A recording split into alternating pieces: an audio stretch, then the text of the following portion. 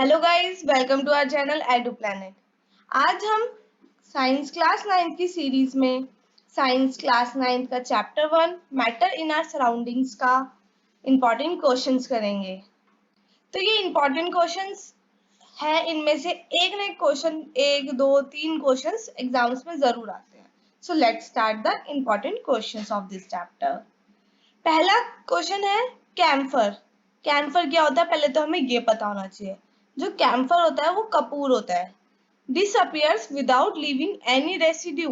जो कैम्फर है, जो कपूर है, वो गायब हो जाता है थोड़े दिन में और कुछ भी पीछे नहीं छोड़ता। कैसे, बताइए। क्योंकि जो कैम्फर है वो डिसअपियर हो जाता है बिना किसी रेसिड्यू के, क्योंकि कैम्फर में सब्लिमेशन होता है। सब्लिमेशन क्या था?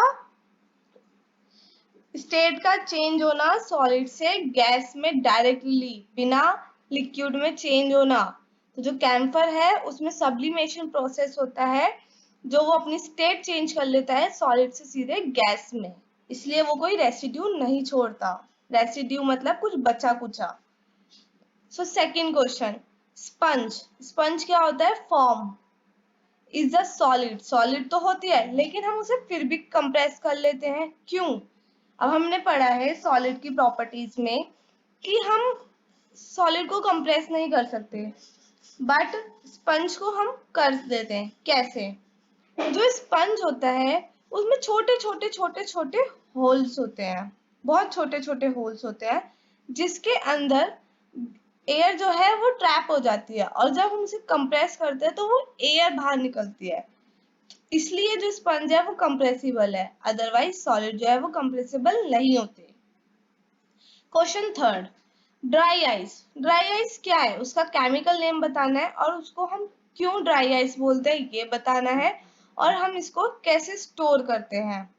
ड्राई आइस हमने पढ़ा था। अगर आपको नहीं याद तो आप हमारे पहले वाली वीडियो लेक्चर्स देखिए, जिनकी लिंक डिस्क्रिप्शन में गिवन है। सो ड्राई आइस जो होता है वो सॉलिड कार्बन डाइऑक्साइड होता है, और जो सॉलिड कार्बन डाइऑक्साइड होता है, अगर हम उसका प्रेशर डिक्रीज करेंगे तो वो डायरेक्टली गैसियस स्टेट में कन्वर्ट हो जाती है। जो सॉलिड स्टेट से गैसियस स्टेट में डायरेक्टली कन्वर्ट हो जाती है अगर हम उसका प्रेशर 1 एटमॉस्फेयर तक कम कर दें, इसलिए हम उसे ड्राई आइस कहते हैं। और उसे हम प्लेस कैसे करते हैं, स्टोर कैसे करते हैं, उसको हम हाई प्रेशर पे स्टोर करते हैं ताकि वो गैसेस स्टेट में कन्वर्ट ना हो जाए। Why does the temperature remain constant during the change of the state of matter? जो टेम्परेचर होता है किसी भी मैटर का, जब चेंज वो सेम रहता है जब मैटर जो है वो अपनी स्टेट चेंज कर रहा हो। तो हमें एक्सप्लेन करना है on the basis of change of solid state into liquid state. मतलब जब सॉलिड स्टेट लिक्विड स्टेट में चेंज हो रही होती है तो उसका टेम्परेचर कांस्टेंट क्यों रहता है। और गाइस, जो सॉलिड स्टेट लिक्विड स्टेट में कन्वर्ट होती है उस प्रोसेस को हम क्या कहते हैं? उस प्रोसेस को हम मेल्टिंग कहते हैं। Okay, so let's start. जो टेम्परेचर है वो इसलिए कांस्टेंट रहता है क्योंकि जो हीट एनर्जी जो हम उन्हें उसे प्रोवाइड कर रहे हैं सॉलिड से गैसेस, सॉलिड से लिक्विड में आने के लिए, वो heat energy force of attraction, जो पार्टिकल्स के बीच में फोर्स ऑफ अट्रैक्शन है, उन्हें ओवरकम करने के लिए यूज होती है। इसलिए वो जो टेम्परेचर है वो कांस्टेंट रहता है। हमने एक टॉपिक पढ़ा था लेटेंट हीट। लेटेंट हीट के बारे में नहीं पढ़ा तो पहले वाला लेक्चर देखिए। जो सॉलिड है जब मेल्ट होता है हीटिंग पे तो उसका टेम्परेचर नहीं बढ़ता, और पूरा सॉलिड जब तक लिक्विड में ना कन्वर्ट हो जाए, क्योंकि जो हीट एनर्जी है वो कहीं ना कहीं छुप जाती है उन कंटेंट्स में, उन पार्टिकल्स में, जिसे हम लेटेंट हीट कहते हैं। At which the solid and liquid states of substance can exist together।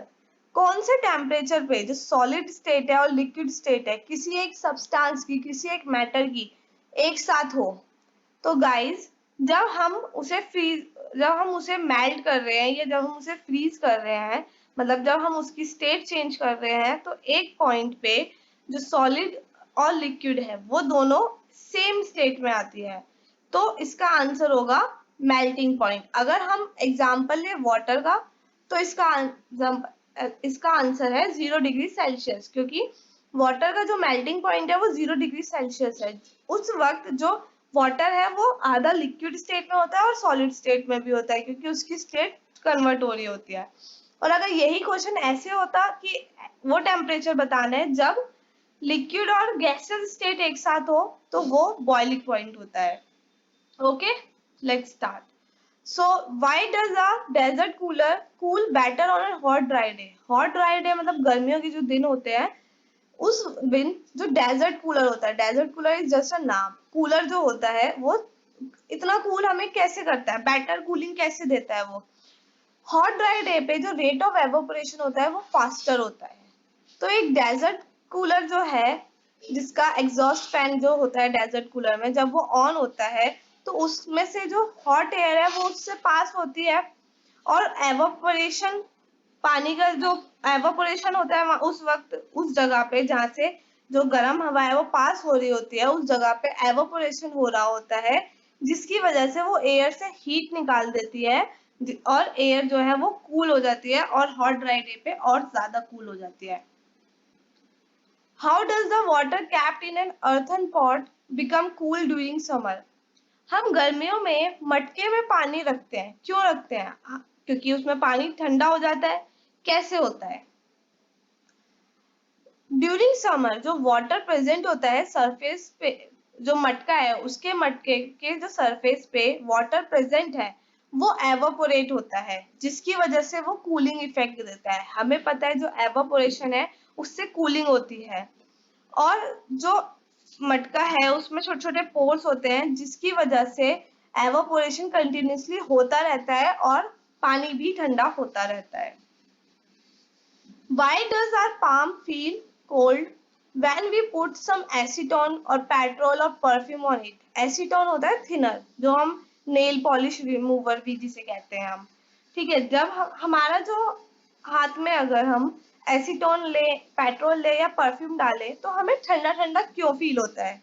तो गाइज ये भी एवोपोरेशन का ही टॉपिक है, क्योंकि जो कुछ लिक्विड्स होते हैं वो बहुत जल्दी वेपराइज हो जाते हैं, और उन्हें हम वॉलेटाइल लिक्विड्स भी कहते हैं, जैसे कि एसीटोन, पेट्रोल और परफ्यूम। ये वॉलेटाइल लिक्विड्स हैं जो कि बहुत जल्दी एवापोरेट हो जाते हैं, और एवापोरेशन से हमें पता है कूलिंग होती है। दैट्स व्हाई हमें कूल फील होता है अपने पाम पे। Why are we able to sip hot tea or milk faster from a saucer rather than a cup? Saucer होता है प्लेट या फिर कोई बाउल जिसका जो सरफेस है वो बहुत बड़ा है। हम हॉट टी या हॉट मिल्क हम यूजली कप से पीने में हमें टाइम लगता है, बट अगर हम उसे प्लेट में या कटोरी में डाल के पिए तो हम जल्दी पी लेते हैं। कैसे? क्योंकि जो सॉसर होता है उसका जो सरफेस एरिया है वो ज्यादा होता है कप से, और हमें पता है एवापोरेशन जो है वो सरफेस फिनोमेना है, जिसकी वजह से जो सॉसर है उसमें एवापोरेशन फास्ट होता है as compared to the cup, और जहाँ पे एवापोरेशन ज्यादा होगा वहां पे कूलिंग होगी, इसलिए हम सॉसर से इजीली पी लेते हैं गर्म चीज as compared to the cup.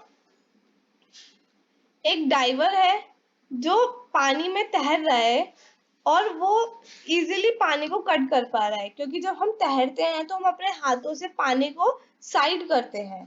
तो इससे हमें कौन सी प्रॉपर्टी पता चलती है? अगर एक डाइवर है, उसकी एबिलिटी जो होती है पानी को काटने की, मतलब पानी को साइड करने की, तभी वो स्विम कर पाएगा।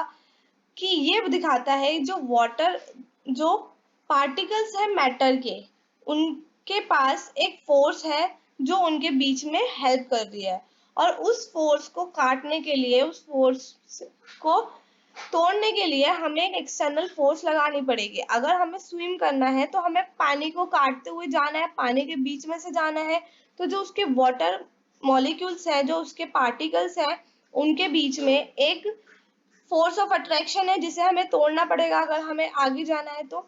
इसलिए तो ये प्रॉपर्टी हमें इस ऑब्जर्वेशन से ये पता चलता है कि कोई ना कोई फोर्स है जो पार्टिकल्स के बीच में काम कर रही है। So guys, thank you very much for watching this video. Subscribe our channel and हमने इन क्वेश्चन से जाना जो इम्पोर्टेंट टॉपिक्स हैं वो है एवापोरेशन, ड्राई आइज और properties of the matter. So study that carefully ताकि आप क्वेश्चंस अच्छे से कर पाए पेपर में। And like and share this video. अगर आपको कोई भी डाउट है तो कमेंट करके पूछिए, I answer as soon as possible. Thank you guys.